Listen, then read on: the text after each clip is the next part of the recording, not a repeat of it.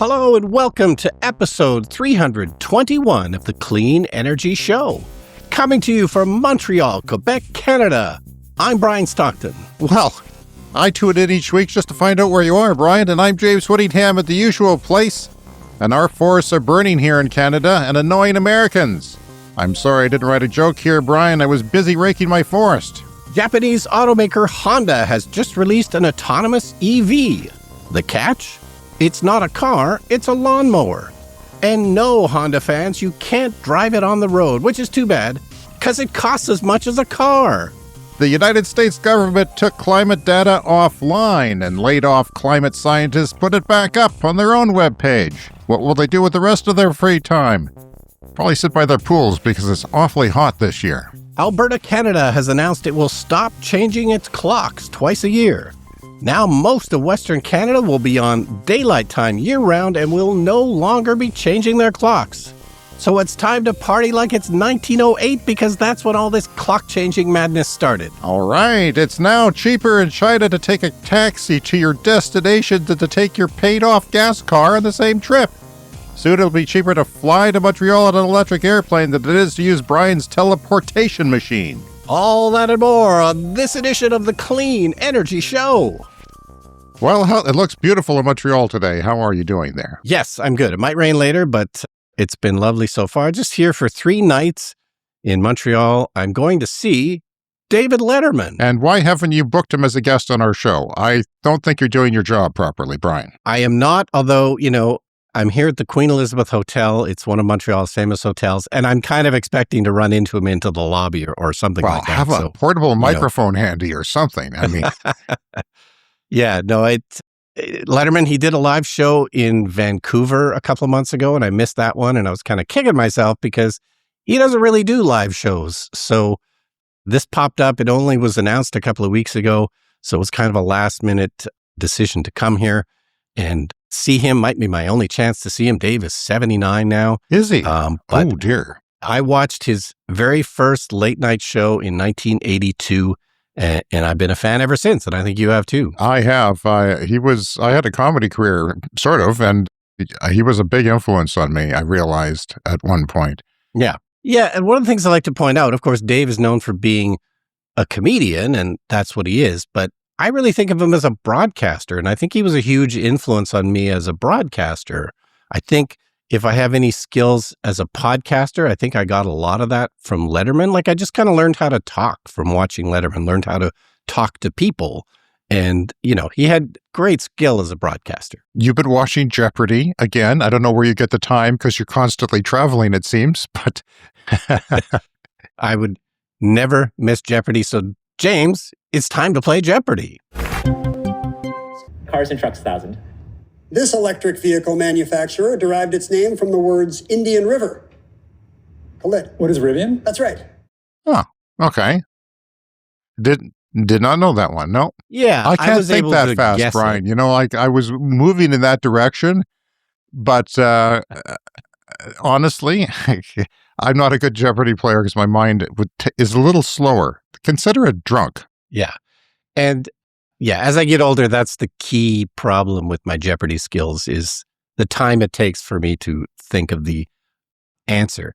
Anyway, there was another electric car related question on the same episode, so let's roll that one. This one came with a picture, which the Bentayga, our audience can't an SUV necessarily from this British luxury manufacturer, has a plug-in hybrid option. Khalid. What is Rolls-Royce? No. Bentley. Caleb. What is Aston Martin? That's also incorrect. Patience. What is Jaguar? No, everybody loses the same amount of money. What is Bentley? It looks like a Bentley. See, Brian, I'm not as dumb as people say. I could have got a Jeopardy question better than those guys. Yes, this was a picture-based clue, so they had a picture to help everybody out. So yeah, I got this one. It looks like a Bentley to me. It's a plug-in hybrid. Oh, and I wanted to mention, so I'm staying here at the Queen Elizabeth Hotel in Montreal, and this is where John Lennon and Yoko Ono recorded Give Peace a Chance. This is where they had their bed in back in 1969. So I'm not the first person to do some recording in this hotel. Okay. Well, almost. I mean, you're second, probably. Yeah. Well, are you having a bed in yourself or for climate or what's going on with that? What I'm, having a breakfast in bed if that counts. Oh, that's nice. Wow. It's good to be Brian Stockton. The other thing I wanted to point out is I made 2 films with Dick Assman, who was made famous by David Letterman. So that's my other connection to David Letterman. There's this guy from our town, Regina, who became famous because his name was Dick Assman, and Letterman put him on the air, and ended up making 2 films with Dick Assman. So that's the closest I've ever got to Letterman is working with Dick, and he was a lovely guy. He passed away a few years ago. He's in My Dinner with Generation X, which James is also in. That's on YouTube. He has a small part as the Oracle, and he's Did he enjoy doing that? Did he become TV savvy after so many appearances on Letterman? No, not really. I mean, he was a bit nervous about this one, My Dinner with Generation X, because he actually had a couple of lines to say. Yeah. Overall, I think, he enjoyed it. It was a super nice guy. So I remember going to the football games here in town and walking by his gas station near the stadium. And the gas station brand at the time would put the manager's name on the building. And I said to my friend, someone should send that to Letterman. and like maybe a year later, he was on Letterman. So they got it from a news story. They used to do a thing called Small Town News, and his name appeared I think it was an ad for the gas station. So I think that's how. Oh, somebody sent the ad in. Okay. Yeah. But they did elaborate skits, with singers and Broadway dancers and all kinds of different things. And he was kind of a bashful, shy person. Yeah. And he talked to him on the phone a couple of times, and then eventually they flew him to New York, and he was on the real show. Yeah, they kept beating it with beat that dead horse until there's no more comedy in it. My swimming pool is an permanent above ground pool, 18 feet in diameter. It is my pride and joy. Not this summer, although I couldn't go in it until August because of my operation. I can't expose myself to pool chemicals and bacteria. Yeah. So I wouldn't have been able to enjoy it anyway. But anyway, we had this hailstorm in June, if you're new to the show, and it wiped out my siding and my cars. And the car is a bit of an issue because when we took it into the dealership to get it evaluated for the insurance, they did not evaluate the speaker and the audio system not working since the hailstorm. They said that has to go to a different place. So it's just crap. So I turned on my pool solar heater, and it spurted water on 10 different panels. So it's about $1,600 in damage. And I wasn't able to get water through it until recently, till I figured out a way through determination, to get the pump to suck the water from the bottom of the failing pool. And smoke has arrived. And it's we have the Clean Energy Show air quality monitor here for monitoring pollution, but it's very handy for James to see is it safe to go outside? Because the wafts of air changes greatly fast. Sometimes it improves and gets really bad and gets better depending on the forest fire smoke. So we are finally getting smoke here, and we'll talk about that more in the show because we're doing fine here, relatively speaking. I mean, it's not particularly safe to go out and breathe this crap, but it's a lot better than what some cities like Toronto, Washington, D.C., even New York City's got a little bit of it.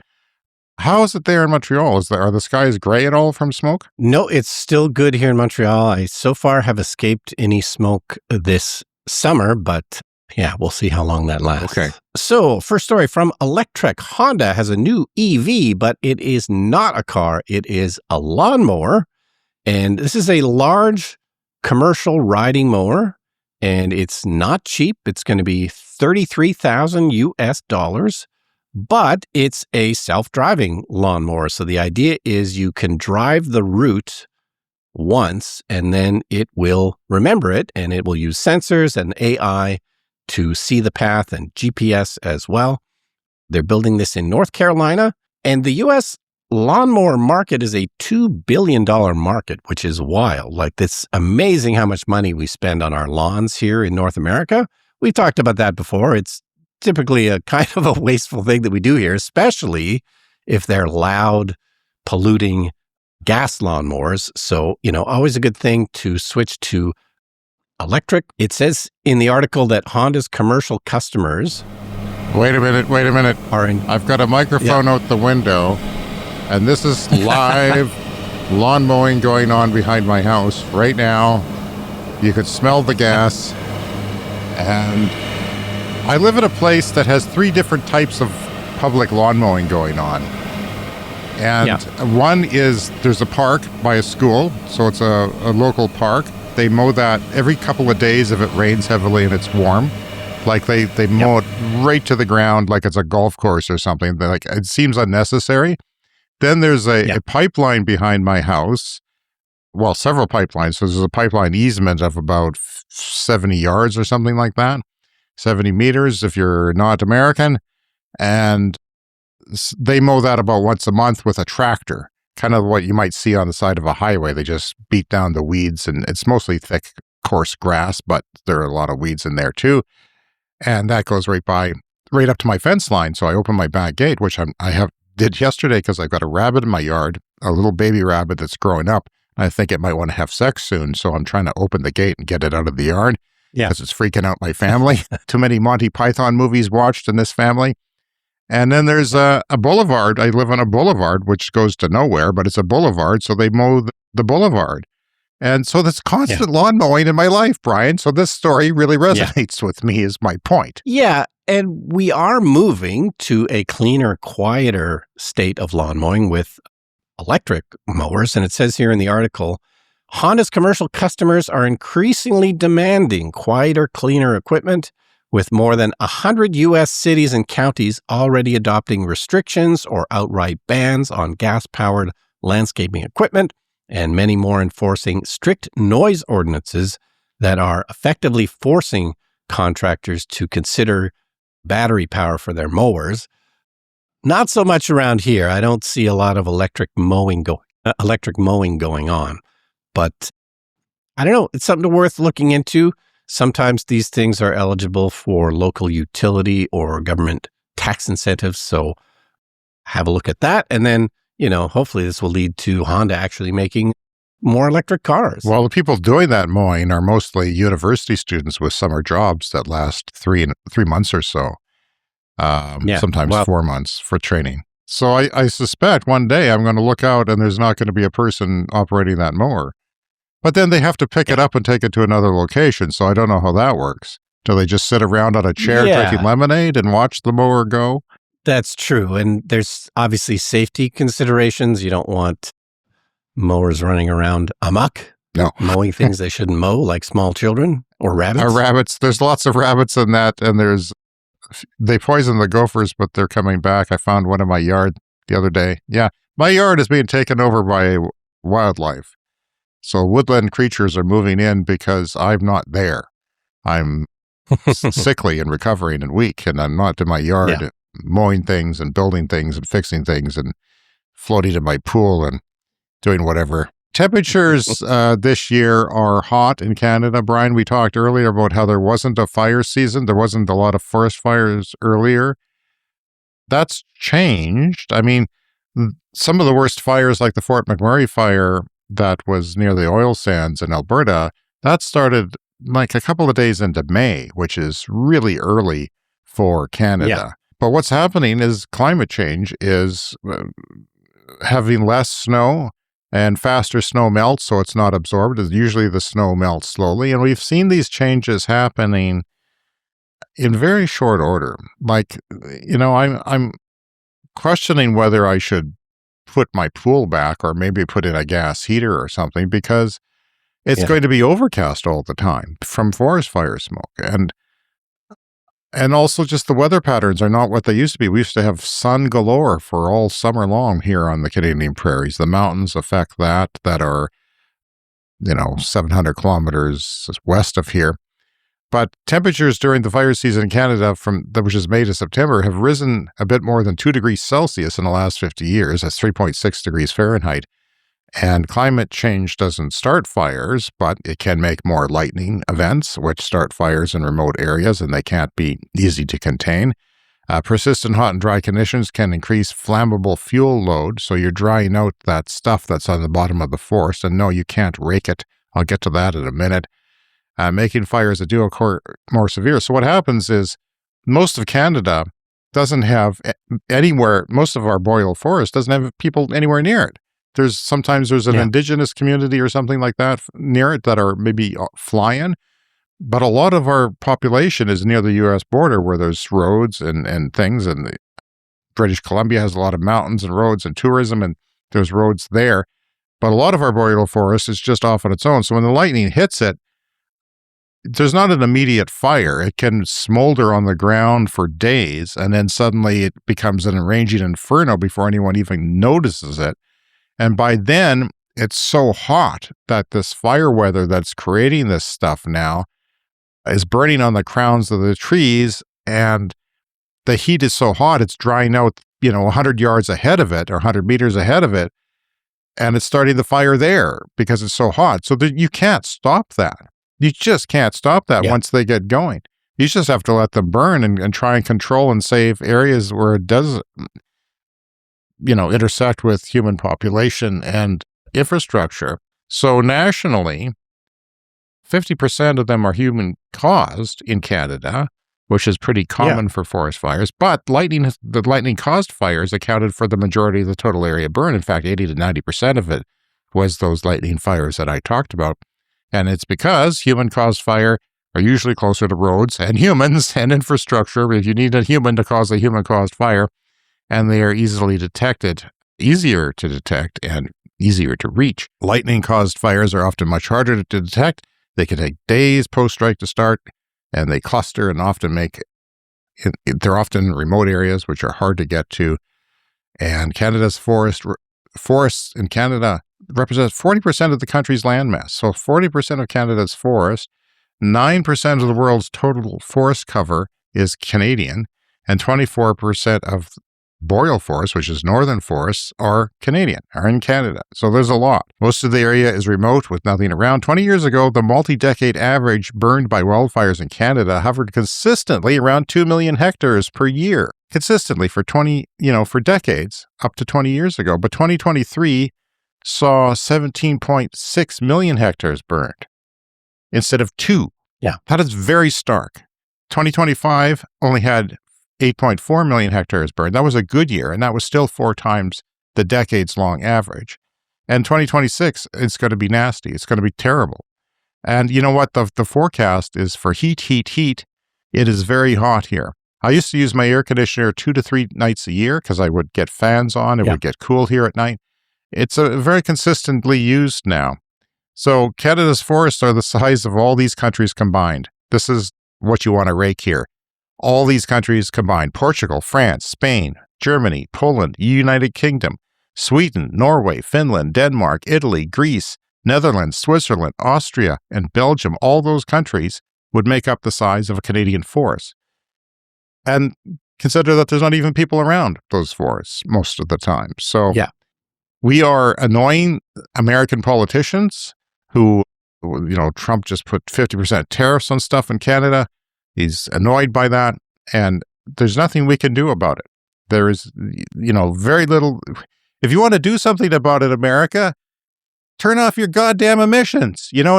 America primarily is the number one causer of climate change for emissions historically, right? So they're blaming us. It's just, I know there's a drinking game out there in our community where I call someone stupid and people drink. Well, you're stupid. Republican politicians calling on Canada to do something, you're stupid. Look at a map.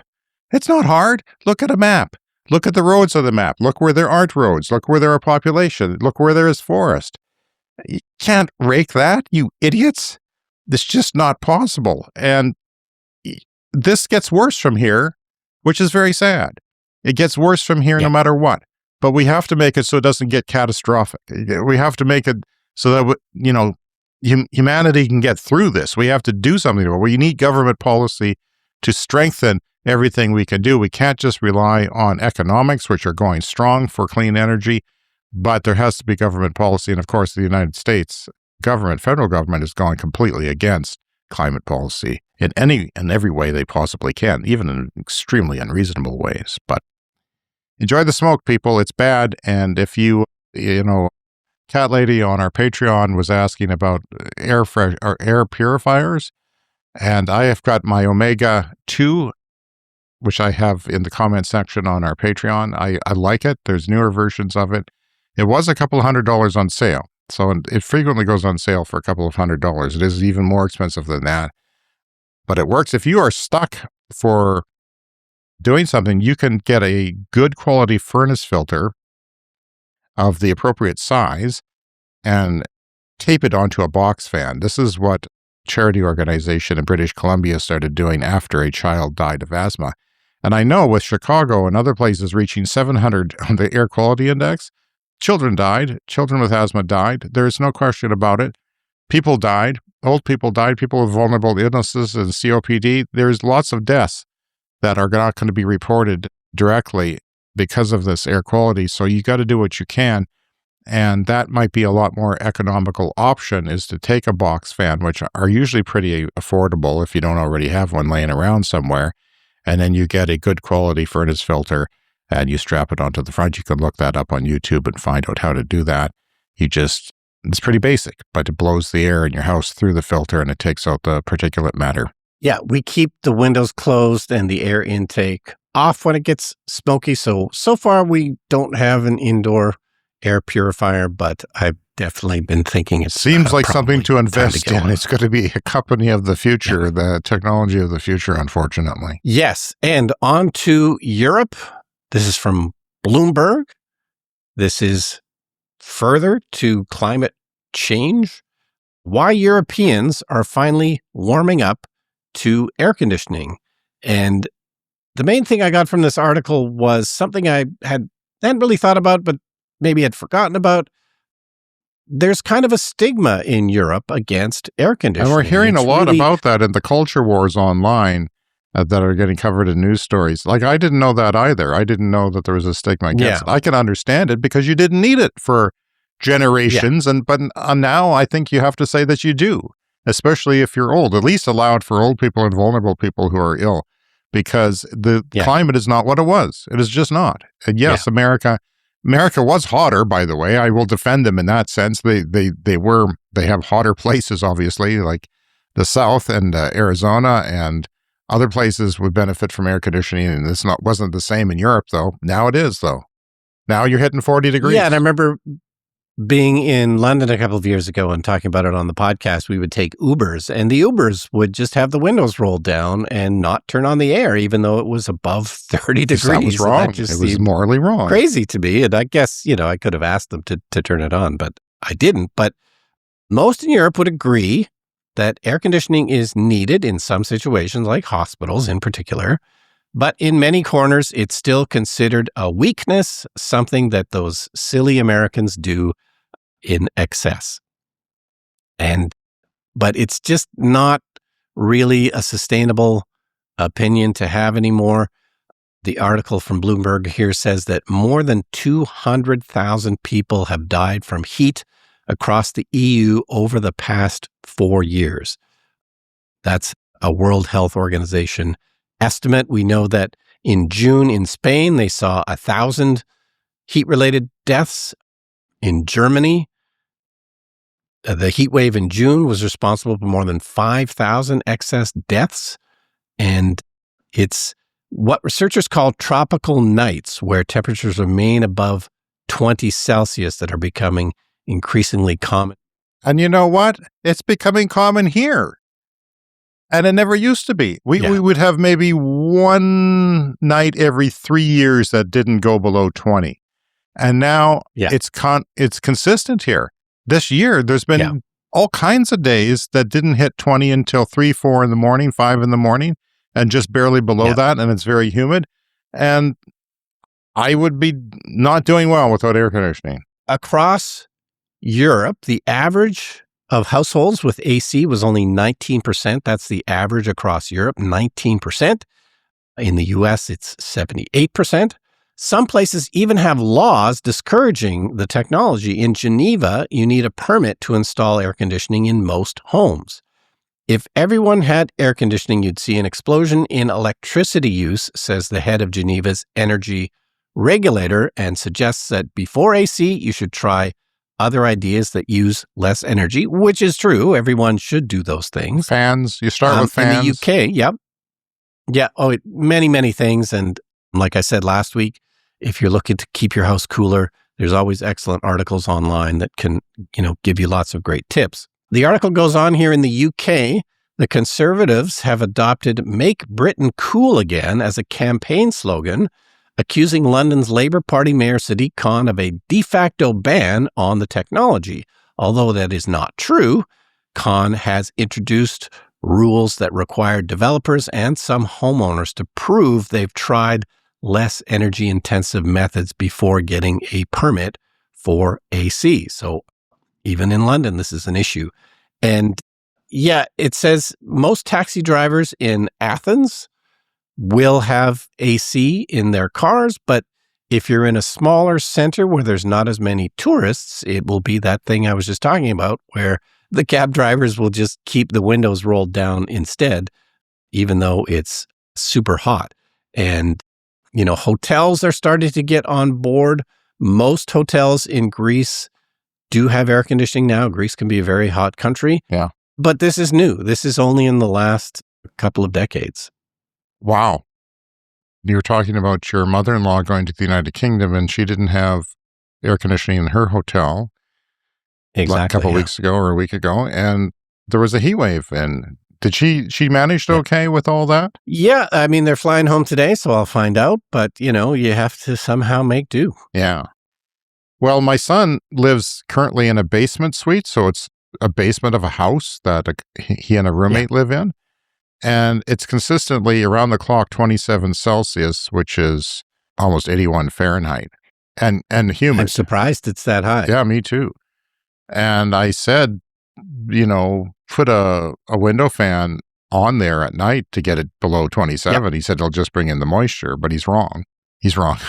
It's 20 degrees and humid is better than 27 and slightly humid, because there is a dehumidifier down there, I guess, which some basements have. But that's unpleasant, and it's probably unprecedented. And, the person who lived there before said, no, it was never like this. So we're having a brutal summer here, and by our standards, not by a lot of other people's standards. The only good news is that our air hasn't reached 700 like some people on the American Air Quality Index. If you'd like to contact us, please do. Contact the Clean Energy Show about anything that's on your mind. Drop us an email at cleanenergyshow@gmail.com. You can also leave us a voicemail online at speakpipe.com/cleanenergyshow. And we don't always have video podcasts in the summer, but we do this week. If you want to check that out, it'll be on our Patreon page, patreon.com/cleanenergypod. We are an independent podcast. We're powered by listeners like you. Please visit that patreon.com/cleanenergypod. You can support for as little as $1 a month and get lots of different perks there. Thank you so much for keeping independent climate journalism alive. All right, and one last quick story. The province of Alberta in Canada has decided to stop changing their clocks. So now most of Western Canada is going to just be on the same time all year round. It's going to be the daylight time, typically. But if Manitoba goes as well, so the Yukon, the Northwest Territories, Alberta, Saskatchewan, BC, they've all agreed to stop changing their clocks and stay on daylight time year round. Manitoba has said that they're considering it as well. So that would be all of Western Canada. And it's not necessarily a clean energy story, but sometimes energy savings is cited as a reason for why we started changing our clocks back in 1908.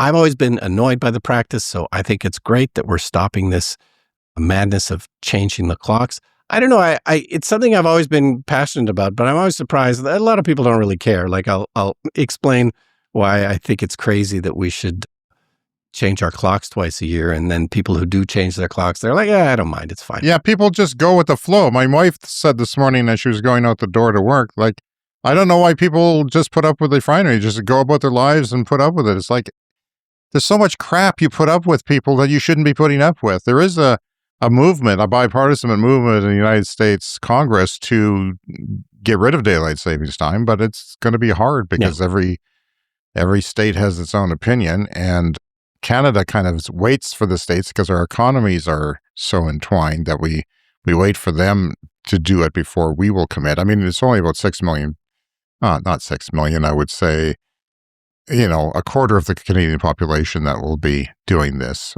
It's not all of Canada. It's a large chunk of Canada, but it's not a large chunk of our population. And yeah, I hope they do. If you have any opinions on it, drop us an email. Yeah, and there's always statistics as well, like things like traffic accidents increase on the days. Yeah, that's no fun. Getting an hour extra is good. We could do that every year, but it's not going to work out that way. And there's other things like, I don't know, like a higher number of heart attacks or something. Like, it's kind of crazy. It's not good. It's not good. But I mean, you have to think those heart attacks are inevitable anyway, I guess. All right, coming up next, it's the lightning round. It's time for the lightning round. The lightning round is a fast-paced look at the latest headlines in climate, clean energy, and transportation. Morgan Stanley says that more than half of Russian oil refinery capacity is down due to Ukrainian attacks.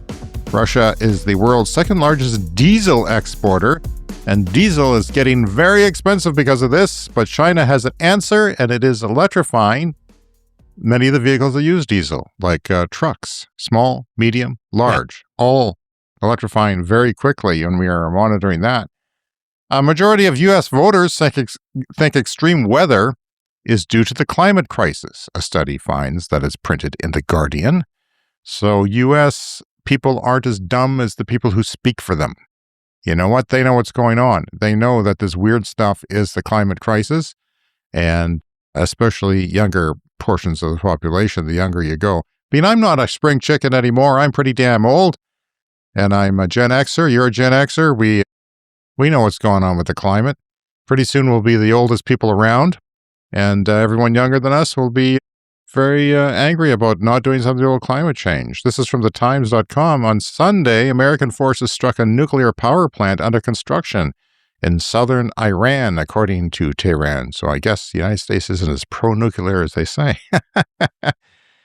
Well, yeah, it's not a war crime to hit power infrastructure, which is pretty much what Russia does on a daily basis to Ukraine. But I think Ukraine is doing it back to them now on some level. China's expansion of batteries on their power grid can now shift 21% of its solar power to other hours in the day. So as much, solar panels that there are solar power there is up in China, they have enough batteries already to shift 21% of all that power to other times of the day when they need it, when the sun goes down. CATL, the world's largest battery maker, China, says that they will mass-produce sodium-ion batteries this year. Now, we've been talking about sodium-ion batteries for a couple of years now as they've started to commercialize it. And people would say, well, it's going to take years for them to do that. Well, no, it's not. They are ready to go with the first versions of these sodium-ion batteries, or maybe you could say, already, second generation, some improvements already. Advantages of sodium batteries over lithium batteries. Basically, you're swapping the lithium out for the sodium. And of course, sodium is salt. They use specific kinds of sodium, but there's a lot of it. There's just very easy to mine, very easy to get, very easy to acquire. So it's cheaper. There's less demand constraints, so it's cheaper.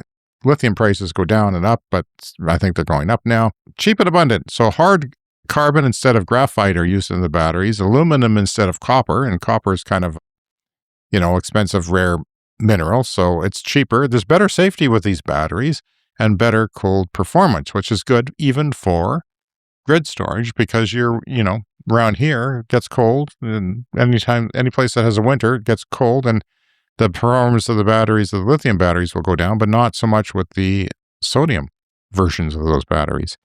And this will be particularly important for large-scale energy storage systems where energy density doesn't matter as much because they don't have as much energy in the volume as they do in lithium. Still, they're being used in cars as well. Sales of battery electric vehicles in Germany surged 78.2% in June 2026 over the year before. That's a lot for one of the world's largest automakers, countries. BEVs are up 48%, almost 50% in the first half of 2026 in Germany. And that is why Volkswagen is crapping their pants, because they have botched their EV rollout, as all the major companies, including Japan. Like I was reading about Japan their people, their higher ups are saying we're in a crisis here. We're worried about China. Guys, our podcast has been on for 6.5 years, pretty much. You could have had a heads up on that if you'd only listened to us. Why aren't we living in gold-plated houses? We should know the answer to these questions before these guys do, who make a lot of money. Anyway, Chinese battery maker CATL is set to deploy 6.5 gigawatt hours. That's like 5 nuclear reactors for an hour stored in sodium-ion batteries across Europe this year, starting at the end of this year. 45% of Americans who install solar on their homes are now getting batteries to go with it, to store that solar. Because if you have too much solar in the middle of the day, it goes back into the grid, and the grid power operator pays you a little bit of money for it, maybe not so good. Well, now you can store it and use it yourself for free, and batteries are getting cheaper to use in your home. And they're going to continue to get cheaper, a lot cheaper, and a lot more common. And I think, 20 years from now, every home is going to have a battery in it, or most homes are going to have a battery in it, maybe 80% of them, because it'll just be a thing you do. Energy is going to get expensive if you don't do your own thing. 45% of Americans who install solar are now getting those batteries to go with it. This is from our local utility, Brian, Sask Power. And they have 20 years ago, the carbon capture and storage for a coal plant. They were boasting about it being one of the first in the world. And of course, the international community has poo-pooed it because it is typically only getting 50% of that carbon captured. There's always downtime and problems, and it's been a very expensive way to make power.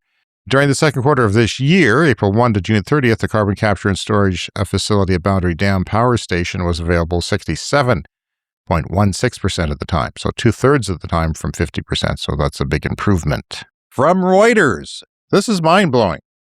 In China, it is now cheaper, currently as we speak, to take a taxi than it is to drive your own car that's paid off and sitting in your garage or whatever. It is because fares have dropped a lot as taxi drivers proliferate in a sluggish economy. So there's people who are joining the gig driving, Lyft, Uber type of gig economy, and the competition there, because there are so many of them, is making the fares drop. And then those people are driving electric vehicles, and gas is a little bit high because of the Iran conflict. So taxi trips have jumped 6% since the start of the war, earlier this year. And half of China's taxis are electric, and nearly 100% of them are electric in major cities where most of these things are taking place. And fuel use has dropped as taxi use climbs. That a quirk of China's transport structure, fares are falling despite gasoline prices rising. Imagine that. Imagine. Gee, what can electricity and clean energy do for you? Analysts say a flood of new drivers searching for work in a sluggish economy combined with cheap electric cars is depressing fares, in turn attracting passengers who want to save on higher petrol fuel costs. So they're ditching their own car and taking a taxi.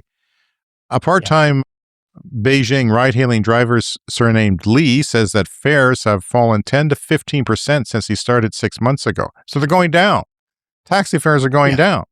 Competition is intense, the 36-year-old told Reuters in an electric vehicle charging station.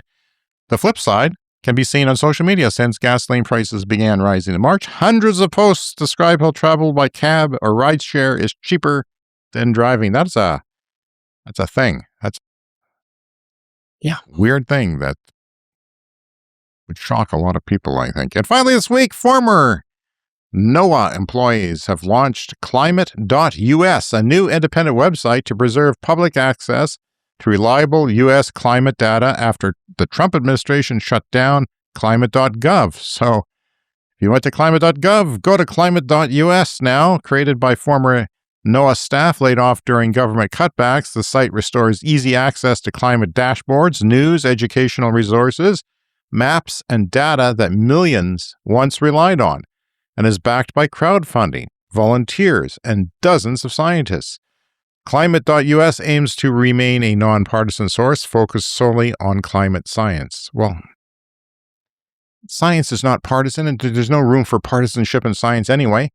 Supporters say it fills a critical gap, helping educators, researchers, farmers, policymakers, and public access trustworthy climate information and understand its real-world impacts. And NPR has that story if you want to read more.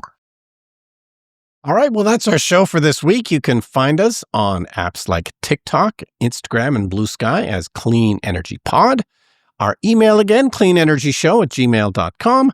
And as always, remember to hit the follow or subscribe button, and you will get new episodes every week. Remember to join the Clean Energy Patreon at patreon.com/cleanenergypod. We've got some new members. Thank you so much for joining this week. And thank you to our Patreon Clean Club executive members. You get a shout out every week. Green Bastard, Brent Rowley, and Tiernan. And we'll see you all next week. Thanks for supporting the podcast. See you next week.